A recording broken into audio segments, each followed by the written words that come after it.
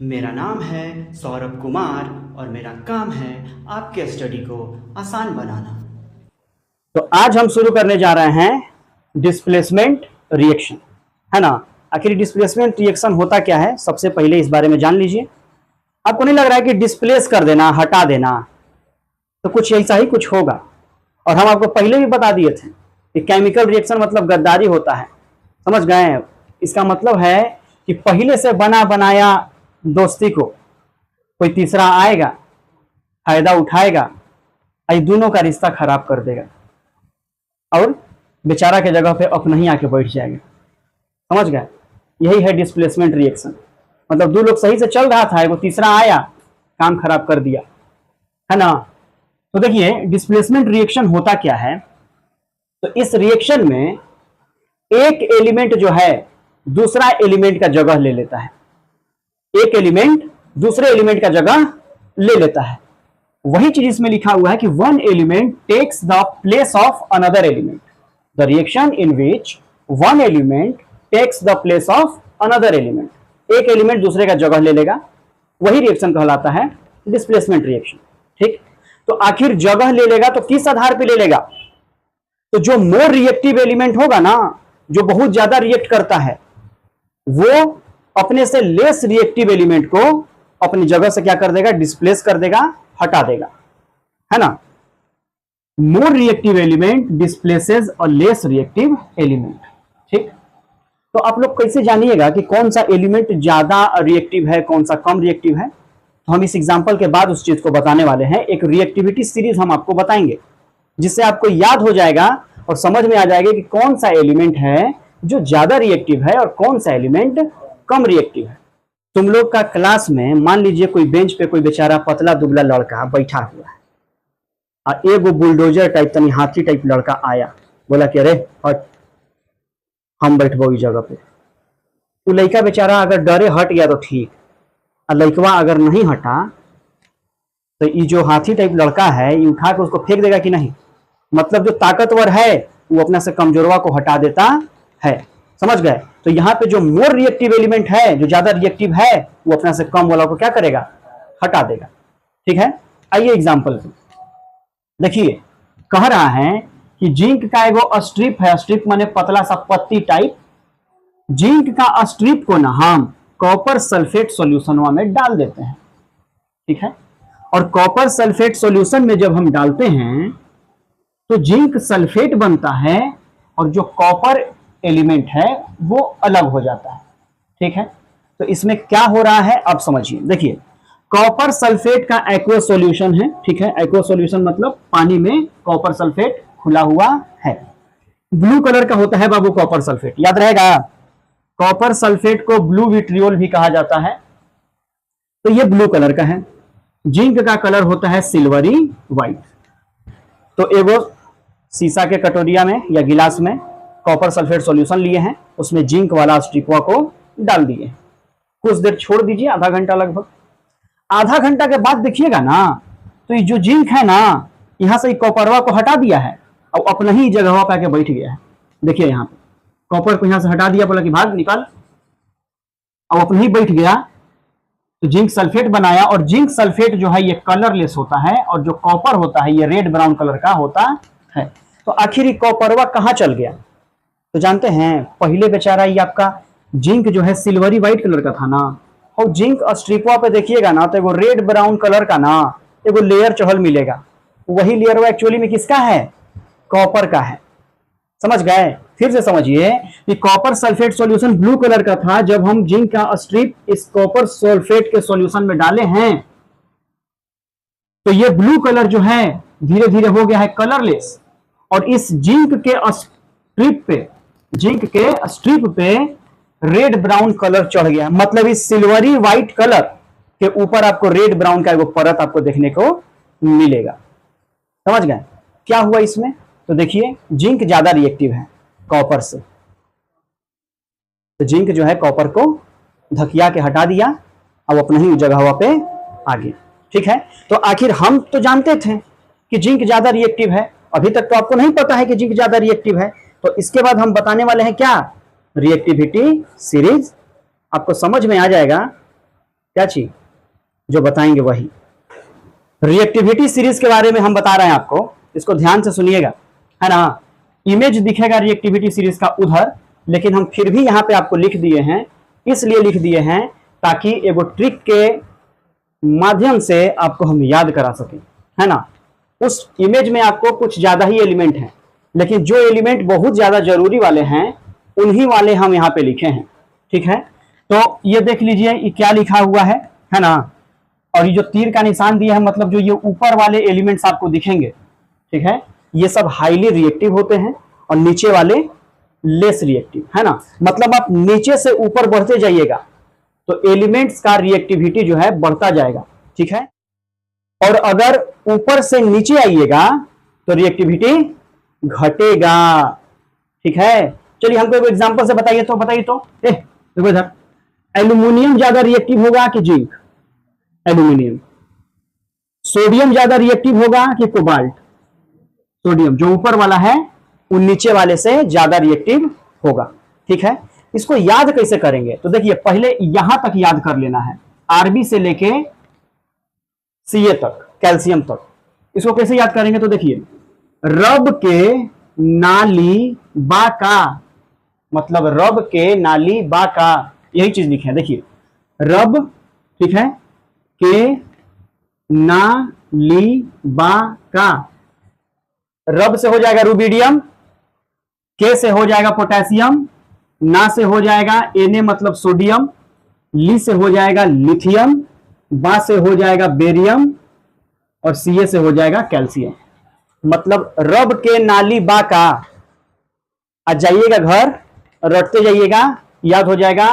और जो मेरा वीडियो देख रहे हैं वो भी अपना कविता जैसा खाली बोलिए ना 4-5 बार, देखिए याद हो जाता है कि नहीं। इसके बाद आइए यहां से, तो भाई रब के नाली बा का। इसके बाद आइए यहां से एमजी से, तो देखिए, मगल जान कर फेंको। यहां देखिए, ए बाबू देखो, मगल, ठीक है ना, इसी में आपको मैग्नीशियम एल्यूमिनियम दोनों आ गया। जान कर फेंको, देखो ध्यान से, जान से हो गया जेड जिंक, कर माने Cr क्रोमियम, एफ से आयरन और को से हो गया कोबाल्ट। फिर देखिए, निशान ले हक्कू, है ना, तो एन से निकेल हो गया, एस एन से जो है यहाँ पे ये हो गया टीन, पीबी, पीबी मतलब होता है लेड, है ना, इसी को हम ले बोल रहे हैं, ले हक्कू, हक्कू माने एच और कु मतलब हो गया आपका कॉपर, ठीक है। ये हाइड्रोजन पे हम ये चिन्ह जानते हैं क्या लगा है, ताकि यही जो है ना डिस्टिंग्विश कर देता है, माने अंतर कर देता है, यही एक नॉन मेटल है इन सब में, ठीक है। इसके ऊपर वाला सब रिएक्टिव ज्यादा होता है, इससे नीचे वाला बहुत कम रिएक्टिव होता है, ठीक है। तो निशान ले हक्कू तक आ गए। अब जो है देखिए, हग, अग, औ, पट, ठीक है। हग का मतलब Hg हो गया, Hg का मतलब हो गया मरकरी, अग माने Ag सिल्वर, औ माने हो गया गोल्ड, ठीक है। अब Pt माने हो गया पट मतलब प्लेटिनम, ठीक है। तो इसको देखिए एक बार हम और बता रहे हैं, ध्यान से इसको बस रट लीजिएगा, कैसे बोलना है। रब के नाली बा का, ठीक, मगल जानकर फेंको, निशान ले हक्कू, हग अग औ पट। जब ये आप सीख जाइएगा ना, और सीख कैसे नहीं जाइएगा, हम कैसे सीख गए हैं, बस आप लोग जो है 2 दिन 4 दिन उठ के खाली 5 मिनट एक कविता दोहरा लीजिए, ठीक, आप लोग को ये हमेशा के लिए याद हो जाएगा। और आपको पता चल जाएगा, जब ये रिएक्टिविटी सीरीज आपको याद हो जाएगा, तुरंत बता लीजिएगा कौन ज्यादा रिएक्टिव है और कौन कम रिएक्टिव है। पिछले का क्वेश्चन में आइए, जिंक और कॉपर था ना, है, बताइए जिंक कहाँ है बाबू, देखिए यहाँ, कॉपर कहाँ है यहाँ, दोनों में से ज्यादा रिएक्टिव कौन होगा, जिंक होगा, इसीलिए जिंकवा जो है लतिया के कॉपर को निकाल दिया था, है ना। क्लियर है बात? तो रिएक्टिविटी सीरीज आप लोग को ध्यान में रहेगा ना। और ये वाला देख लीजिए, ये वाला आपका ट्रिक है ना, इसको लिख लीजिएगा और याद कर लीजिएगा, ठीक है। आइए अब कुछ एग्जांपल्स पे, कुछ एग्जांपल्स देख लो। देखिए, कॉपर सल्फेट का सॉल्यूशन है बाबू, कैसा कलर, ब्लू कलर। मैग्नीशियम जो होता है इस सिल्वरी व्हाइट कलर का होता है ना, चांदी उंदी का कलर देखे हो ना जी, वैसा ही कलर का है। तो रिएक्शन हो गया, रिएक्शन हो गया तो बन गया मैग्नीशियम सल्फेट और कॉपर बाहर हो गया। क्यों? क्योंकि आप देख रहे हो कि जब कॉपर सल्फेट से मैग्नीशियम का आप रिएक्शन करा रहे हो तो ये मैग्नीशियम जो है कॉपर को डिस्प्लेस कर दिया और उसकी जगह खुद बैठ गया। तो मैग्नीशियम कॉपर को डिस्प्लेस क्यों किया? इसलिए कि magnesium is more reactive than copper and more reactive element displaces the less reactive element. This reaction is known as displacement reaction and we are studying about displacement reaction. तो copper का colour तो जानिए रहा है यार, 3 बार से पढ़ रहा है, red brown red brown. Copper sulphate का सॉल्यूशन ब्लू, मैग्नीशियम का सिल्वरी व्हाइट रिएक्शन होकर देखिए मैग्नीशियम सल्फेट बना कलरलेस हो गया। ठीक है, फिर आइए इस वाले में copper sulphate blue colour, Fe मतलब आयरन, आयरन होता है ग्रे कलर का। रिएक्शन हुआ तो आयरन सल्फेट बन गया मतलब फेरस सल्फेट, और फेरस सल्फेट ग्रीनिश कलर का होता है। कॉपर फिर बाहर। ठीक है, कॉपर काहे हो गया बाहर भाई? लेस रिएक्टिव है, कमजोर है, तो पहलवान उसको धकिया के भगा दे रहा है बार बार। तो वैसे बेचारा कॉपर ही बाहर हो रहा है कि नहीं? देखिए समझिए, ये वाला के बारे में हम कुछ कहानी बता रहे हैं। आप क्या कीजिए, एगो ट्यूब लीजिए, टेस्ट ट्यूब, उसमें आप 10 ml कॉपर सल्फेट सॉल्यूशन ले लीजिए, मतलब कॉपर सल्फेट का पाउडर डाल के पानी डाल के घोल दीजिए, ब्लू कलर आ जाएगा। उस कॉपर सल्फेट सॉल्यूशन में एगो एकदम नया चमचमाता आयरन नेल माने कि कांटी लोहा वाला डाल दीजिए। आधा घंटा तक डाल के रखिए, आधा घंटा तक रिएक्शन होने दीजिए। जानते हैं क्या होगा? वो जो ब्लू कलर का सॉल्यूशन है वो धीरे धीरे देखिएगा ना तो ग्रीनिश कलर का हो जाएगा, लाइट ग्रीनिश। ठीक है, मतलब जादू हो गया, ब्लू कलर से एकदम बदल गया हरा कलर में। ठीक, और जो आपका जो आयरन है, जो ग्रे कलर का आयरन था चमचमाता हुआ काटी, ओकरा पे ब्राउन कलर का एगो लेयर चढ़ गया। तो ब्राउन कलर का लेयर किसका था? कॉपरवा का।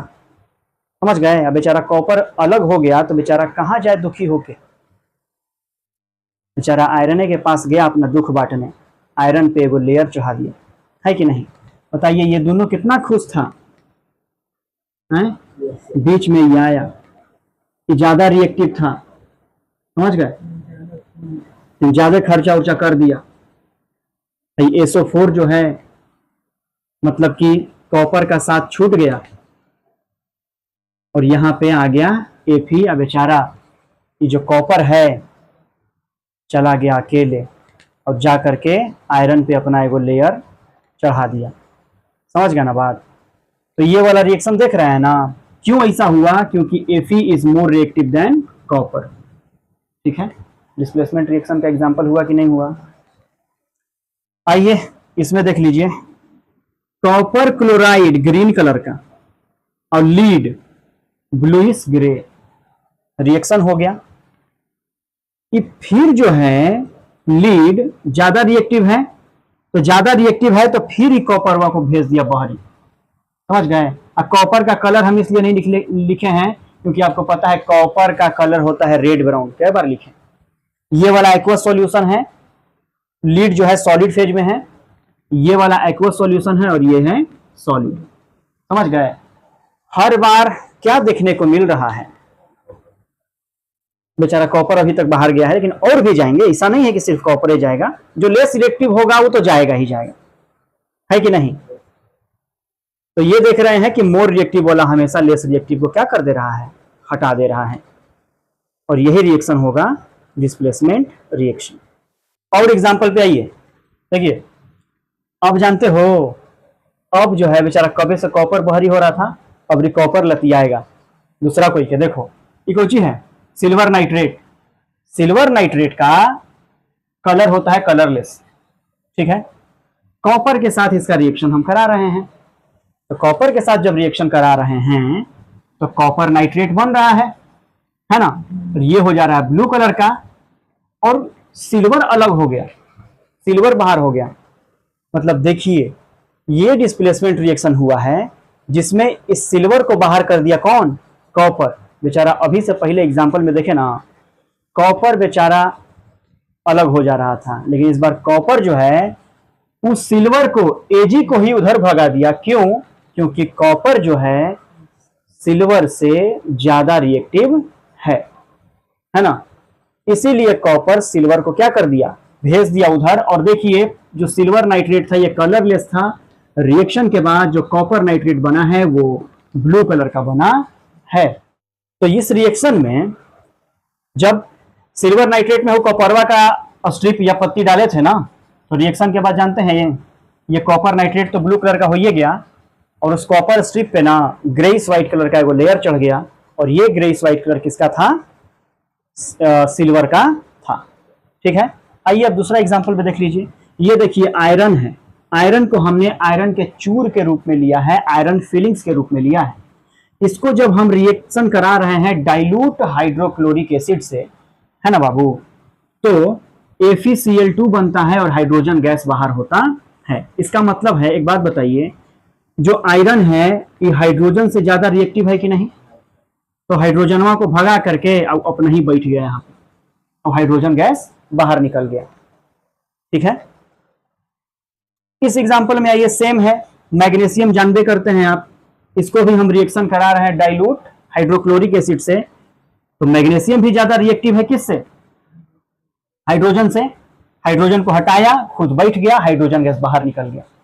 ठीक है, तो दिक्कत देखिए, कुछ डाउट है कुछ स्टूडेंट को। डाउट क्या है समझिए, कह रहा है कि यहाँ Fe का रिएक्शन हम हाइड्रोक्लोरिक एसिड से कराएं तो ये क्लोरीनवा कहे नहीं हट गया, हाइड्रोजन काहे हट रहा है? इसलिए कि देखिए ये जो आपका आयरन है ये एक तरह से पॉजिटिव रेडिकल की तरह है, और इस दोनों में से देखा जाए तो हाइड्रोजन और क्लोरीन में से कौन पॉजिटिव की तरह बिहेव करता है? हाइड्रोजन। तो यार पॉजिटिव और पॉजिटिव वाला ही ना एक दूसरे को क्या करेगा? हटाएगा, है? क्योंकि अब तुम लड़का है या कोई और लड़का है तो देखोगे स्कूल में तो बड़ा कंपटीशन टाइप रहता है कि नहीं? तो जो पॉजिटिव वाला है वो एक दूसरे से क्या करेगा? दूर भागेगा, है ना। तो इसीलिए इसको हटाएगा। भाई तो नेगेटिव वाला ही तो कहबे करेगा कि आ जाओ, पास आ जाओ, कहे कि अट्रैक्ट करेगा। समझ रहे हैं बात को? इसीलिए भाई ये जो Fe है ये H को ही हटाएगा। कहे कि आपको पहले से बता चुके हैं कि एक जैसा जो होता है, लाइक जो होते हैं, वो एक दूसरे को क्या करते हैं? दूर भगाते हैं। हाँ जी, तो अब समझ में आ गया ना? ठीक है, देखिए कुछ और एग्जांपल्स हैं, है ना। ये टॉपिक हमको तो उम्मीद है कि आप लोग को अच्छे से समझ में आ गया होगा, है ना। बस देख लीजिए, देखिए यहाँ कॉपर ऑक्साइड है बाबू, सॉलिड स्टेट में है, मैग्नीशियम है सॉलिड स्टेट में है। ये दोनों का रिएक्शन हो गया। मैग्नीशियम जो है ज्यादा रिएक्टिव है, इसीलिए कॉपर को क्या कर दिया? लतिया के भगा दिया। देखिए यहाँ पे मैग्नीशियम जो है ऑक्सीजन के साथ जुड़ गया है और कॉपर बेचारा अकेले चला गया। समझ गए क्या हो रहा है? यहाँ पे डिस्प्लेसमेंट रिएक्शन हो रहा है, मोर रिएक्टिव जो है लेस रिएक्टिव को हटा रहा है। ठीक है, यहाँ देखिए यहाँ पे क्या है, तो आयरन ऑक्साइड है, और आयरन ऑक्साइड में भी कौन सा है? फेरिक ऑक्साइड है, सॉलिड है। एल्यूमिनियम के साथ हम रिएक्शन करा रहे हैं, एल्यूमिनियम जो है ज्यादा रिएक्टिव है, इसीलिए जो है ये आयरन को यहाँ से हटा करके और खुद ही आ गया और एल्यूमिनियम ऑक्साइड बन गया, जो कि सॉलिड स्टेट में है। और फिर जो है आयरन बनता है, लेकिन यहाँ पे जो आयरन बनता है, जो बाहर होता है, वो लिक्विड स्टेट में, मोल्टेन स्टेट में, मतलब पिघला हुआ स्टेट में, है ना। तो अभी तक जितना भी डिस्प्लेसमेंट रिएक्शन का हम एग्जाम्पल देखे हैं, इन सब में एक ही चीज हो रहा था, एक ही कॉमन बात था कि हमेशा मोर रिएक्टिव एलिमेंट जो है वो लेस रिएक्टिव को क्या कर दे रहा था? डिस्प्लेस कर दे रहा था। इसीलिए इस रिएक्शन का नाम जो है वो डिस्प्लेसमेंट रिएक्शन है। और जब कभी भी अगर इस तरीके का एग्जाम्पल देके आपसे पूछ दे कि ये वाला रिएक्शन किस तरीके का है, तो आप बस चेक कीजिएगा कि क्या हाईली रिएक्टिव लेस रिएक्टिव को हटा रहा है। अगर डिस्प्लेस कर रहा है, डिस्प्लेसमेंट रिएक्शन होगा, है ना। तो हमको उम्मीद है कि जितना भी डिस्प्लेसमेंट रिएक्शन हम बताए हैं एग्जाम्पल, उस सब के सब आप लोगों को समझ में आ गया होगा, है ना। तो अब मिलेंगे हम लोग नेक्स्ट क्लास में।